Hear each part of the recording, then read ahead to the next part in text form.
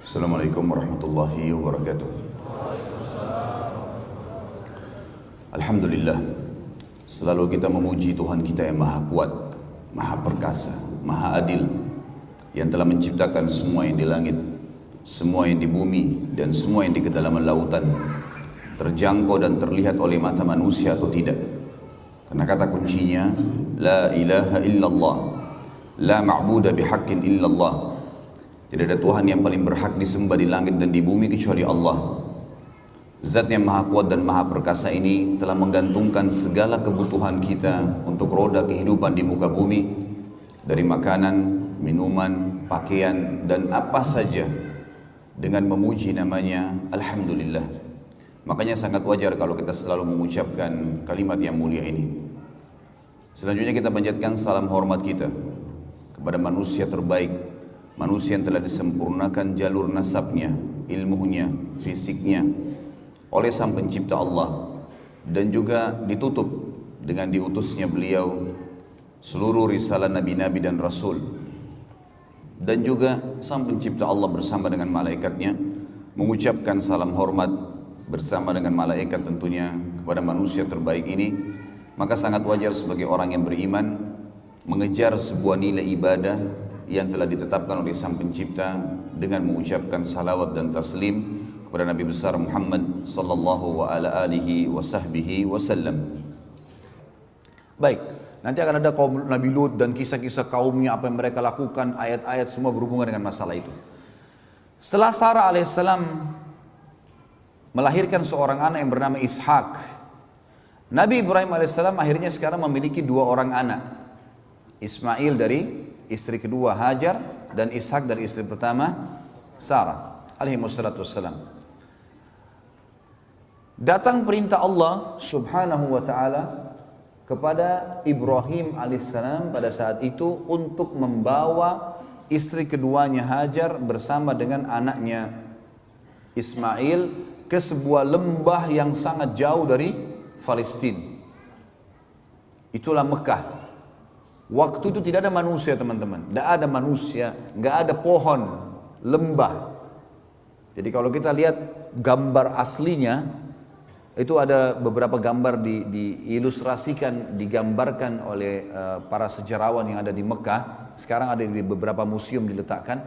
Itu Ka'bah dulu berada pas di lereng gunung, di sebuah lembah. Jadi itu kalau hujan pasti banjir. Karena di sekitarnya itu ada dua gunung besar. As-Suwaida dengan Abi Kubais, gunung yang sangat besar. Ini lembah tengah-tengah, dan dulu tidak ada Ka'bah, nggak ada pohon, nggak ada kehidupan. Nanti kita akan bacakan ayatnya. Pada saat itu perintah Allah SWT mutlak kepada Ibrahim AS, bawa istrimu Hajar dengan Ismail ini ke wilayah tersebut. Dipandulah Ibrahim AS. Ibrahim AS berkata pada istrinya, siap-siaplah ikut dengan saya. Ikutlah Hajar, patuhan pada suaminya. Dan kita lihat nanti di sini bagi teman-teman yang berumah tangga, ambil ibrah dari para nabi-nabi ini. Luar biasa mereka dalam berumah tangga. Bagaimana suami patuhnya sama Allah, bagaimana istri patuh dengan suaminya pada hal yang membantu untuk mendukung perintah Allah itu, bukan pada kemaksiatan. Dan apa nanti yang didapatkan oleh Hajar karena dia patuh sama suaminya. Lihat bagaimana banyaknya pahala yang dia akan panen. Pergilah Hajar tanpa bertanya, subhanallah. Ini disebutkan dalam para ulama mengatakan adab istri begini. Suaminya bilang ikutlah, nggak pakai nanya, ikut duluan. Karena suaminya nggak jelasin, dan dia sudah memang di sini patokannya adalah suaminya soleh. Karena Ibrahim AS Nabi. Artinya kalau seorang akhwat kita punya suami soleh dan mengatakan ikutlah dengan saya, udah ikut aja. Nanti kalau dijelasin kita akan ke rumah ibu saya, kita akan ke sini, ya sudah. Perintah Allah, bukan karena dia. Karena suami istri teman-teman harus menganggap pasangannya tanda kutip adalah boneka yang Allah titipkan. Ini setiap kita laki-laki di sini harus menganggap istri kita adalah boneka tanda kutip yang Allah titipkan. Ini istrimu ya, saya jadikan sebagai istrimu, sudah halal kemaluannya dengan kalimat akad, maka dia punya hak, naungi dia, didik dia, berikan nafkah, penuhi kebutuhannya. Karena saya, karena Allah, bukan karena dia. Maka saya akan berikan pahala, mati masuk surga. Di sana akhwat kita juga begitu. Ini suamimu ya, ini tanda kutip boneka yang saya titipin. layani dia, penuhi kebutuhan biologisnya, makanannya, pakaiannya, cuci segala macam, pakai masakannya, segala macam. Karena saya akan kasih balasan. Tinggal sabar sampai mati sudah dapat balasan. Ini variabel-variabel hukum yang harus kita paham. Jadi kita berbuat baik pada mereka, anak kita, orang tua kita, semua ini Allah yang berikan hubungan variabel dan ada bentuk ketaatan kepadanya. Harus difahami. Hajar alaihissalam pergi. Dikatakan dalam sebuah athar, sepanjang jalan Hajar nggak pernah nanya mau kemana hai suamiku, nggak pernah nanya. Ibrahim AS istirahat, disiapin makannya, dilayani. Jauh, Palestina ke Mekah teman-teman, dengan kuda tercepat sebulan perjalanan. Kuda tercepat. Ibrahim AS dari Palestina ke Mekah waktu itu pakai unta. Lebih lama lagi. Tiba di lembah itu, belum ada Ka'bah. Karena perlu kita tahu ya, Ka'bah ini teman-teman dibangun pertama oleh Adam alaihissalam bersama dengan anaknya Syith alaihissalam. Syith adalah anak Adam yang sangat saleh, terkenal. Tulisannya Shin Ya Tha, Syith. Ini orang saleh sekali dan dia bersama ayahnya membangun nanti tentu ada kisah dalam kisah Nabi-Nabi, saya akan jelaskan insyaallah. Maka Syith ini membangun Ka'bah bersama ayahnya. Tapi pada saat terjadi banjir besarnya Nuh alaihissalam yang dikenal dengan kiamat kecil, habis semua termasuk Ka'bah, bangunannya hancur. Karena semua bumi ini hancur. Tenggelam dengan air, dari bumi dikeluarkan air, dari langit juga hujan air. Semua hancur, kecuali yang ada di atas kapalnya ya, Nuh alaihissalam. Sebagaimana dijelaskan, nanti ada kisah juga, kisah Nabi Nuh panjang lebar masalah itu tentunya. Yang jelas teman-teman sekalian, yang tertinggal adalah pondasi Ka'bah. Diistilahkan dalam Al-Quran Bakkah, Bibakkah, gitu kan. Ada ulama tafsir mengatakan adalah Mekah, ada yang mengatakan adalah makna daripada pondasi dasarnya Ka'bah. Tinggal pondasi itu. Ibrahim AS itu seorang nabi, sudah dijelaskan oleh Allah yang maha tinggi dan maha pemurah, itu melalui Jibril tentang masalah kota ini. Tiba di Mekah, di lembah itu, tidak ada lihat apa-apa, karena pondasi Ka'bah pun tertutup dengan padang pasir. Lembah kosong, tidak ada tanaman sedikit pun. Maka yang terjadi apa teman-teman sekalian?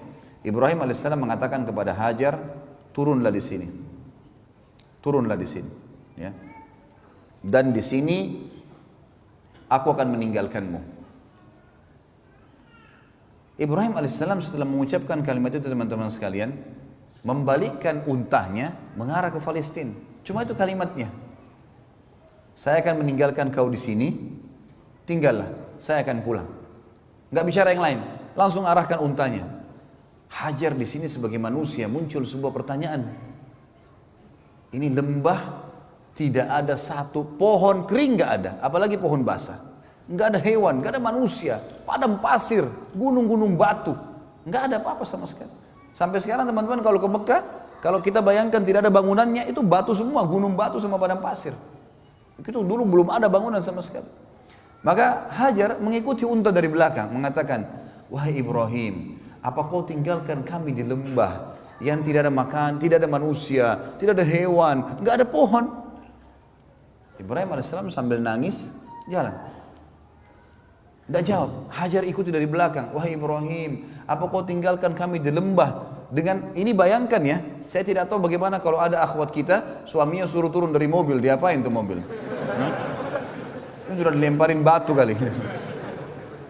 Ini sudah diletakkan, tak ada sebab, nggak ada penjelasan, masih ikut. Wahai Ibrahim, kenapa kau letakkan dengan santun? Kenapa kau letakkan kami di lembah? Gak ada manusia, gak ada hewan, gak ada pohon. Ibrahim AS sambil nangis jalan di atas unta. Yang ketiga kali ditanya, wahai Ibrahim, kenapa kau letakkan kami di lembah? Tidak ada manusia, tidak ada hewan, tidak ada tumbuhan. Ibrahim gak jawab. Jalan. Ibrahim ini sebenarnya alaihissalam bisa jawab, tapi berat buat dia karena istrinya disuruh oleh Allah tinggalkan di situ. Dan keterangan pun pada saat itu sebagian ahli sejarah mengatakan belum dijelaskan kepada Ibrahim AS kenapa istri dan anaknya disuruh taruh, tapi Ibrahim patuh. Nanti juga kita ambil pelajaran bagaimana waktu Ibrahim AS disuruh menyembelih Ismail. Keterangan cuma mimpinya sembelih anakmu. Nggak ada keterangan yang lain ini. Nggak ada keterangan nanti kalau kau patuhi nanti akan saya ganti dengan kambing. Nggak ada. Pokoknya perintah kerjakan. Sama Musa alaihissalam, kita ambil pelajaran dari para nabi luar biasa. Disuruh angkat tongkatnya, cambuk ke Laut Merah. Musa tidak tahu ini air mau jadi terbang kamu apa. Pokoknya perintah Allah, cambuk tongkatmu. Tongkat ini biasa dipakai untuk mengurus gembalaannya, tongkat kecil. Musa alaihissalam patuh, lakukan. Orang mukmin begitu. Kerjain dulu, nggak usah nanya kenapa. Kenapa duhur sama asar 4 rakaat, 4 rakaat? Kenapa Allah protes lagi? Kenapa nggak dikasih jam 2 saja 4 rakaat sekali? Yang membuat, yang menciptakan urat sarafmu, mengalirkan darah ngalir situ, itu yang mau ciptakan langit dan bumi, patuh dulu sebagai hamba. Kalau ada hikmah, nanti hikmah itu melengkap, kerjain dulu. Masa sekarang kalau antum lapar masih bertanya kenapa saya lapar? Hah? Makan dulu kan? Nah iya, hilangkan dulu laparnya, nanti kemudian baru kita mencari tahu apa hikmahnya dan seterusnya.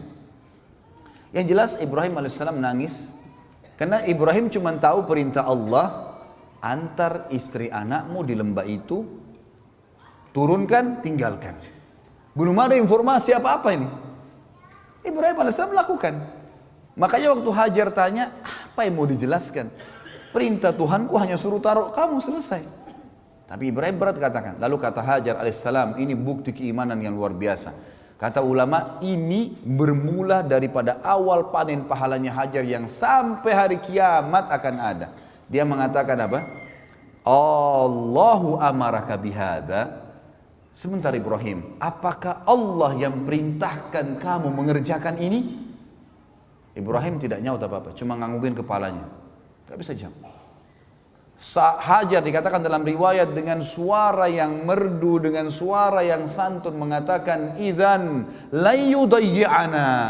Kalau begitu Allah tidak akan membiarkan kami. Artinya pulanglah Ibrahim, pergi kemana saja. Saya akan tinggal sama anak saya di sini. Di lembah teman-teman, tidak ada kehidupan, tidak ada manusia. Tapi ini keimanan yang luar biasa. Suami istri yang punya iman yang luar biasa. Ibrahim alaihissalam pulang sambil nangis. Di tengah jalan tentu dia berdoa. Ya Allah, aku tinggalkan keluargaku di sebuah lembah, enggak ada manusia, enggak ada hewan, enggak ada, dikatakan dalam Al-Quran, biwadin ghairi dhi zara', di sebuah lembah yang tidak ada dhi zara'. Dhi ini teman-teman, dalam bahasa Arab atau dhu, digunakan untuk menunjukkan sesuatu yang melampaui batas. Misal ada orang pintar sekali, zaki, dikatakan dalam bahasa Arab. Tapi kalau orang itu super pintar dikatakan dzu zaka. Orang ini punya kepintaran melampaui batas, luar biasa. Digunakan untuk itu. Apa kata Ibrahim? Saya meninggalkan keluarga saya, ya Allah, biwadin ghairi dzi zara'. Di sebuah lembah tidak ada zara', tidak ada daun batang pohon kering, enggak ada. Tapi kata Ibrahim, inda baitikal muharram. Tapi di tempat lokasi rumahmu yang mulia. Nah, ayat ini menjelaskan kepada kita teman-teman sekalian kalau memang di situ ada pondasinya Ka'bah, sudah ada. Sebagaimana juga Allah berfirman dalam surah Al-Imran, surah nomor 3 ayat 96 tentang masalah Ka'bah. A'udzubillahi minasyaitonirrajim. Inna awwala baitin wudi'a lin-nasi lalladzi bi Bakkata mubarakan wa hudan lil alamin. Sesungguhnya rumah yang mula-mula dibangun untuk Allah beribadah, ya, agar manusia bisa beribadah kepada Allah di muka bumi adalah Baitillah di Bakkah. Yang tadi saya bilang di Bakkah. Bakkah ini bisa berarti Mekah sendiri atau bisa berarti memang dasarnya pondasi itu. Karena Allah sedang membicarakan inna awwala baitin.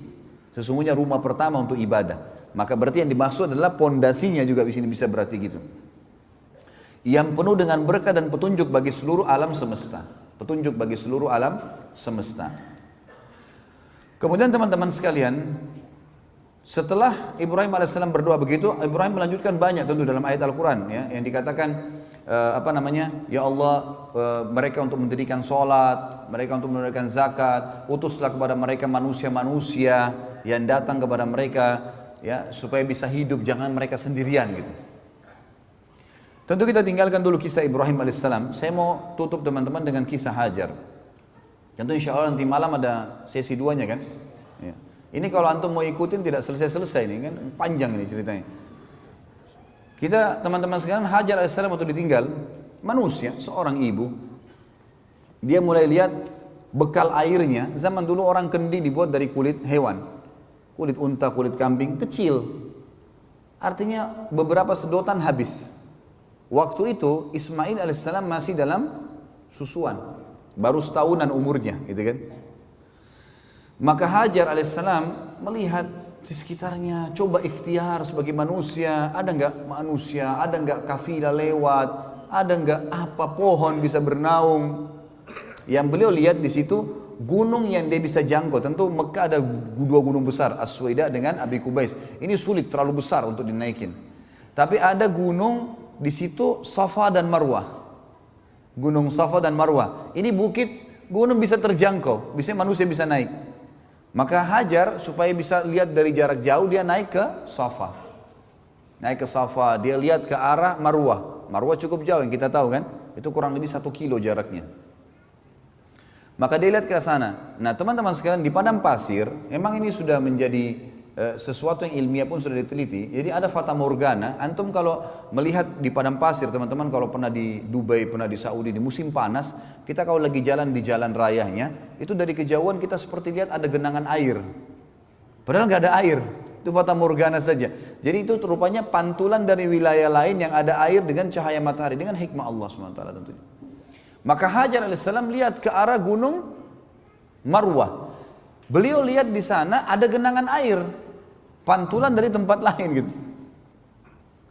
Maka Hajar alaihissalam melihat di sekitarnya semua padang pasir, sana genangan air di Marwah. Dia turun dari gunung Safa menuju ke Marwah. Di tengah-tengah lembah, beliau berlari kecil untuk membantu dirinya supaya bisa naik ke Marwah. Naiklah ke atas. Naik ke Marwah nggak ada air. Dia balik lagi arah matanya ke arah Safa.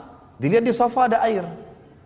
Turun lagi dari Marwah ke Safa. Di tengah-tengah lembah lari lagi untuk naik ke Safa. Begitu terus sampai 7 kali. Dan subhanallah, karena keikhlasan Hajar alaihissalam, ini yang saya bilang teman-teman. Kadang-kadang pelajaran seperti ini jarang disinggung.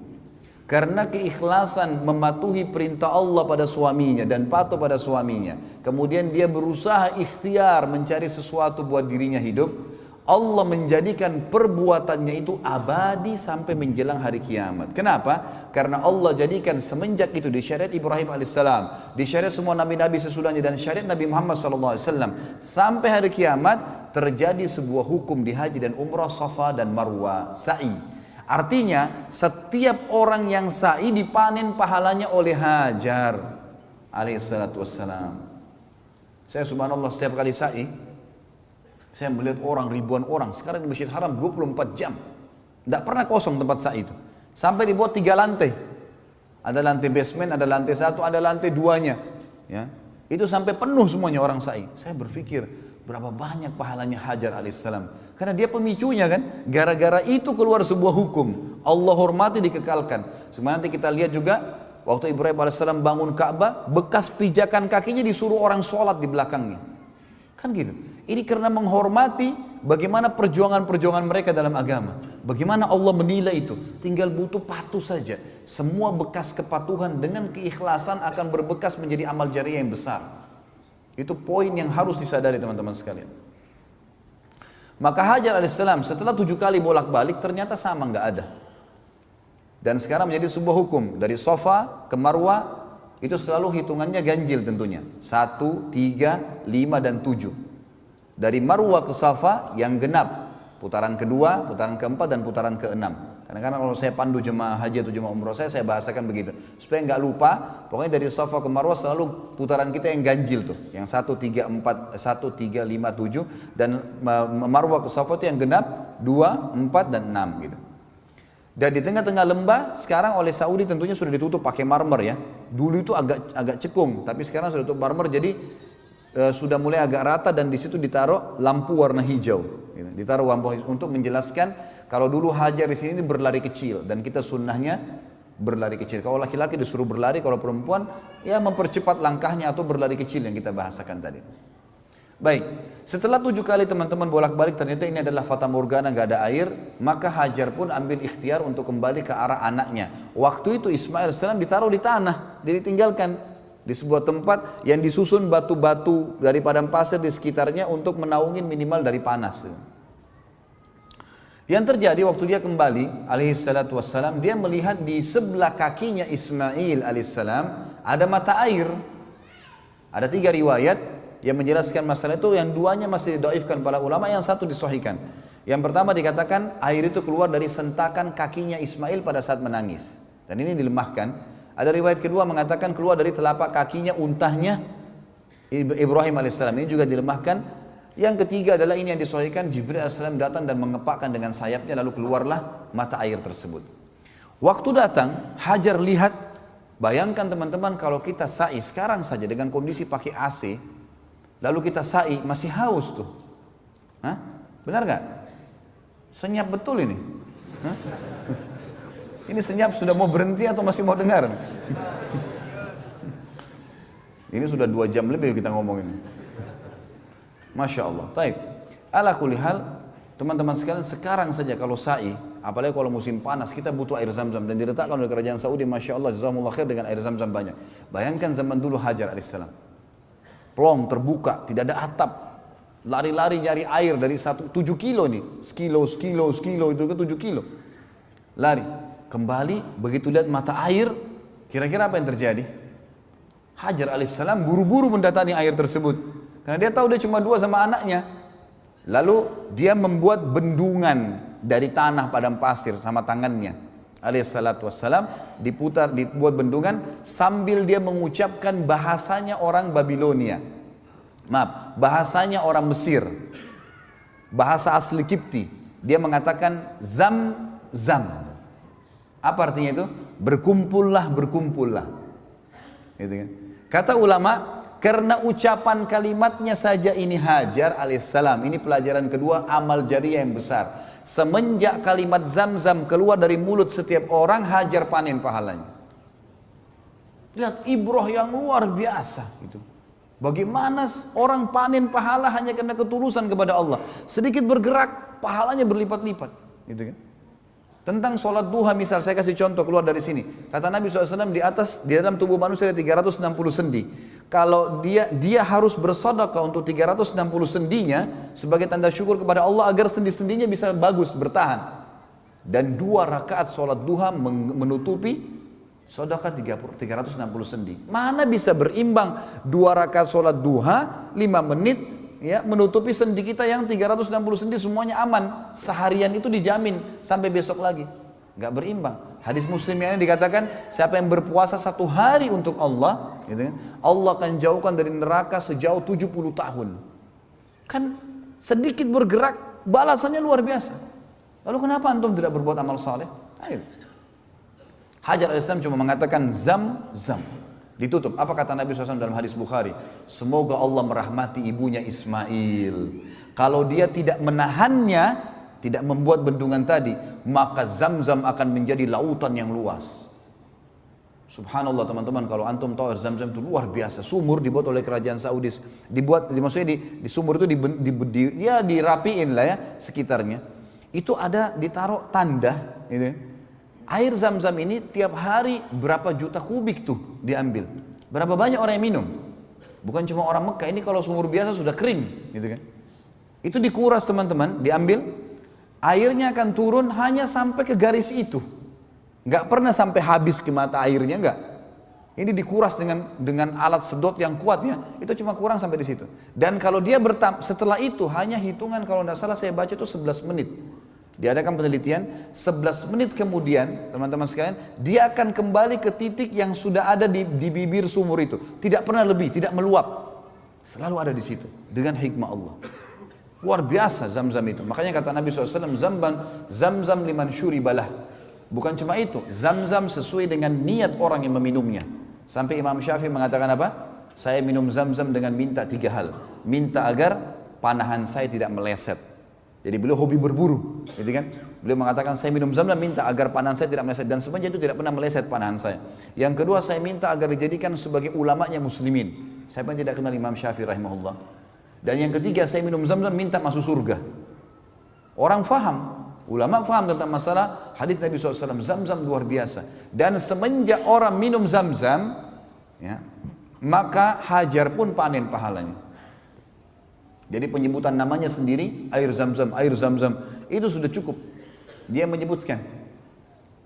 Kemudian Ismail alaihissalam diberikanlah minum oleh Hajar alaihissalam. Kemudian setelah minum teman-teman sekalian, pada waktu itu juga, ini di pagi hari, pada waktu itu juga terjadilah sebuah kejadian kecil. Kejadian kecil ini teman-teman sekalian adalah pecahnya bendungan Ma'rib. Sekarang Mekah kita tinggalin dulu, perjalanan Ibrahim alaihissalam kita tinggalin dulu. Kita sekarang lihat sebuah kejadian yang berhubungan dengan itu. Kejadiannya adalah di Yaman, di negeri Yaman, dulu itu ada kehidupan yang subur sekali. Mereka punya bendungan namanya Saddul Ma'rib. Terkenal sekali Saddul Ma'rib.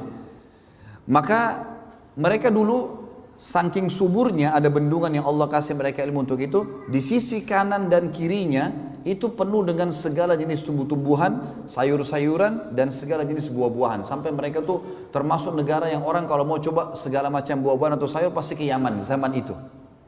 Di zaman Ibrahim alaihissalam. Berjalan waktu mereka kufur kepada Allah, tidak bersyukur, maka Allah hancurkan bendungan mereka. Saddul Ma'ribnya hancur. Pada saat Saddul Ma'rib hancur teman-teman sekalian, yang terjadi adalah semua kebun-kebun mereka yang buah-buahan dan sayuran diubah oleh Allah menjadi pohon-pohon sidir, sidir ya, bidara yang tidak ada buahnya dan durinya banyak, serta pohon-pohon cemara. Jadi nggak berfungsi lagi. Akhirnya apa yang terjadi? Mereka keluar, suku-suku Arab pertama kali keluar waktu itu dari negeri Yaman. Belum pernah keluar. Tidak ada suku Arab di dunia dulu kecuali di situ. Dan perlu saya kasih bawahi tadi, Ibrahim alaihissalam bukan dari turunan Arab, dari suku Babilonia, gitu kan? Hajar dari suku Kipti di Mesir. Nanti akan kita jelaskan teman-teman, akan ada awal mula keluar istilah Arab asli dan Arab musta'ribah. Ini secara histori tentunya, ya. Ada Arab yang asli, ada Arab yang terarabkan. Semua orang yang menikah dengan turunan Arab atau orang yang menggunakan bahasa Arab, maka dikatakan orang Arab. Contoh misal, Irak itu tadi saya bilang asli Babilonia. Kenapa sekarang bisa dikatakan negeri Arab? Karena bahasanya bahasa Arab. Dan pada saat Sa'ad bin Abi Waqqas radhiyallahu anhu menembus Persia, Irak, Iran, Afghanistan, Rusia, maka yang terjadi adalah wilayah Irak ini banyak yang menikah dengan para sahabat, masyarakat setempat, dan jadilah mereka negeri Arab. Negara-negara yang tidak menggunakan bahasa Arab seperti Iran, dulunya juga takluk di tangan kaum muslimin. Rusia tidak dikatakan negeri Arab. Mesir juga sisi lain adalah suku Kipti. Karena waktu Amr bin As radhiyallahu anhu masuk tahun 20 Hijriah ke Mesir, kemudian banyak sahabat yang menikah dengan orang-orang asli sana, lalu sampai sekarang mereka menggunakan bahasa Arab di negaranya, maka dikatakan Mesir negara Arab. Sama dengan negeri Syam, Palestina. Palestina itu bukan asli orang Arab sebenarnya. Maaf, di Palestina ada asli orang Arab memang. Mereka kalau mereka itu dari suku Adnan, ya, dari turunan Ismail alaihissalam. Nanti setelah kita jelaskan masalah pernikahan beliau dengan salah satu dari anak kepala suku Jurhum. Kemudian ada Yordania. Yordania itu bukan negara Arab tadinya. Libanon, Syria, ini semua tidak menggunakan, tapi karena menggunakan bahasa Arab setelah menikah juga dengan para sahabat yang dipimpin oleh Abu Ubaidah bin Jarrah dan Khalid bin Walid radhiyallahu anhu di perang yang terkenal banyak sekali di sana, peperangan penembusan negeri Syam, maka mereka jadi bahasa Arab. Sama juga dengan Tunis, Jazair, Maroko. Tiga ini terkenal dengan suku Barbar, asli suku Barbar. Tapi karena berbaur dengan sahabat, menikah dan seterusnya, hanya menggunakan bahasa Arab dikatakan negeri Arab. Baik. Awal mulanya suku Arab keluar dari Yaman karena hancurnya Saddul Ma'rib. Keluarlah suku pertama waktu itu namanya suku Jurhum. Suku Jurhum, ya. Suku Jurhum ini teman-teman sekalian adalah suku yang besar, jumlahnya banyak orangnya. Keluar dari Yaman. Mereka tujuannya, kalau saya ibaratkan mungkin kotak ini ya, kotak mihrab kita ini adalah Jazirah Arab, peta Jazirah Arab. Maka Yaman itu berada di selatan, di bagian bawah. Dan negeri Syam, Palestina, Yordania, Libanon dan Syria di utaranya, di atas. Jadi orang-orang Yaman, suku Jurhum ini mau pergi ke negeri Syam. Karena negeri Syam ini teman-teman sekalian negeri yang subur. Pernah saya jelaskan kan, sampai kalau jalannya pun pecah, itu keluar pohon apel, nggak ditanam, nggak diapa gitu, saking suburnya. Mereka hancur bendungannya, mereka mau pergi ke sana. Nah, di tengah-tengah antara Yaman sama negeri Syam ada Mekah, Madinah di tengah-tengah. Madinah lebih dekat dengan negeri Syam, Mekah lebih dekat dengan negeri Yaman. Makanya nanti kita akan pelajari dalam sejarah kita teman-teman sekalian di sini, sejarah Nabi SAW, itu kafilah-kafilah Quraisy, kalau mereka belanja ke negeri Syam, ya, mereka kalau pulang harus lewat Madinah. Makanya kafilah mereka banyak ditahan oleh muslimin di Madinah itu, karena mereka harus lewatin, karena Mekah dulu baru Madinah, kemudian baru negeri Syam. Tapi itu nanti ada bahasan insya Allah. Yang saya ingin diberatkan, pada saat itu teman-teman sekalian keluarlah suku Jurhum dari Yaman, dari bawah selatan Jazirah Arab menuju ke Syam. Mereka lewat di lembah Mekah.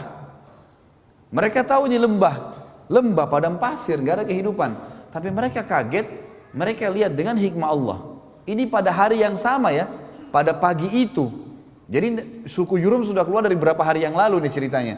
Tapi mereka pada saat hari tibanya Hajar alaihissalam dengan Ismail alaihissalam di lembah Mekah, hari itu juga dengan hikmah Allah mereka lewat di situ. Dan mereka lihat di lembah itu kok ada burung yang berputar. Biasanya di padang pasir itu kita tahunya ada kehidupan, ada air. Kalau ada burung yang berputar-putar, gitu kan? Itu menandakan di bawahnya ada air. Mereka bilang, pimpinan sukunya bilang, kayaknya kita nggak pernah tahu di sini ada air nih. Tapi perilaku burung ini aneh, menandakan ada air. Coba pergi lihat. Datanglah akhirnya beberapa orang suku ini datang ke sana, mereka temukan Hajar dan Ismail alaihissalam. Hajar lagi duduk dekat mata air yang terus keluar, gitu kan? Sementara Ismail di sebelahnya. Yang terkenal dari suku Jurhum dan suku-suku Yaman ini teman-teman, adab dan tata kerama. Mereka tidak datang menyerang, mereka tidak ambil. Mereka tahu mata air sumber kehidupan. Ada air hidup semua. Kata Allah dalam Al-Quran, A'udzubillahi minasyaitonir wa ja'alna minal ma'i kulla syai'in hayy. Kami jadikan dari air semuanya hidup, gitu kan? Kalau ada air semua hidup. Kita bisa hidup tanpa makan, tapi kita nggak bisa hidup tanpa air. Nggak mungkin. Air ini harus ada. Lalu mereka pun berkata kepada Hajar, datang pimpinannya, wahai ibu, bisa nggak kami ini suku keluar dari Yaman, kehabisan air, nggak ada. Bendungan kami hancur segala. Kami mau ke negeri Syam, tapi kami temukan di sini ada mata air. Bisa nggak anda izinkan kami hidup bersama anda di sini, dan kami bersedia membayar upeti. Artinya hasil peternakan kami akan berikan kepada anda, susunya, dagingnya, hasil apa saja perkebunan kami nanti kami akan kasih. Yang penting anda izinkan hidup di dekat mata air ini. Hikmah ilahi. Maka tiba-tiba Hajar alaihissalam pada saat itu mengatakan, baiklah silahkan tinggal dengan saya, gitu kan? Maka tiba-tiba pada hari itu, sebelum terbenam matahari, kata ahli sejarah, terbentuk komunitas masyarakat Mekah. Padahal tadi lembah, nggak ada orang. Pada hari itu mulailah mereka bangun rumah, mulailah mereka bercocok tanam, mulailah peternakannya dikembangbiakkan, jadilah sebuah kota. Mulai dibangun, gitu kan? Maka terbentuklah awal mula pada saat itu kota Mekah. Dan ini kata para ulama, hikmah ilahi, Allah subhanahu wa ta'ala memang menginginkan itu terjadi. Dan juga tentu saja, ya, ini juga Allah SWT ingin menyelamatkan Hajar alaihissalam yang memang sudah diatur oleh Allah untuk itu, dan nanti akan ada kisah Ismail dari masa kecilnya sampai menikah dengan suku Jurhum dan seterusnya, ke depannya akan kita sampaikan insyaallah nanti malam. Maka yang di sini kita lihat bagaimana ya terbentuk komunitas pertama di Mekah itu. Terbentuk komunitas pertama di Mekah. Baik, ini kurang lebih teman-teman sekalian kisah tentang awal mulanya Mekah, kisah air Zam-Zam, gitu kan. Kemudian kisah Nabi kita yang mulia Ibrahim alaihissalam dengan kedua istrinya, dengan seluk-beluk kehidupan yang sempat kita sampaikan. Dan insya Allah kita akan sampaikan pada pertemuan kita nanti malam, lanjutan dari bahasan kita tentang masalah apa sih yang terjadi setelah itu. Ibrahim alaihissalam datang gak ngunjungin istrinya dengan anaknya di Mekah? Kalaupun iya, apa yang terjadi kisahnya? Bagaimana proses pembangunan Ka'bah? Bagaimana penemuan Hajar Aswad? Gitu. Kemudian bagaimana prosesi diperintahkannya ibadah haji? Allahu a'lam. Ini yang kita sampaikan insyaallah.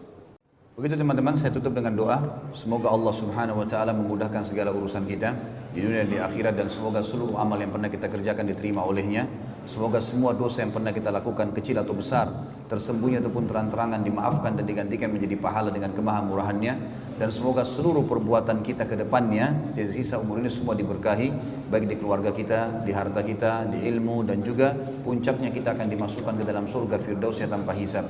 Dan kita selalu mendoakan saudara kita di Palestina, di Syria, di Yaman, di Irak, di Myanmar, di Ahsa, dimanapun mereka berada sedang terlindas, semoga Allah ikhlaskan niat mereka, terima para syuhada mereka, dan juga Allah muliakan Islam di tangan mereka dan tangan kita semua, dan semoga Allah mempartisipasikan kita bersama mereka di pahala, baik dengan doa dan harta juga dengan jiwa kita, dan semoga Allah dengan kemahamurahannya menyatukan kita semua di surga firdausnya tanpa hisab sekali lagi dengan kemahamurahannya. Subhanakallahumma bihamdika asyhadu an la ilaha illallah astaghfirullah wa atubu ilaik. Wassalamualaikum warahmatullahi wabarakatuh.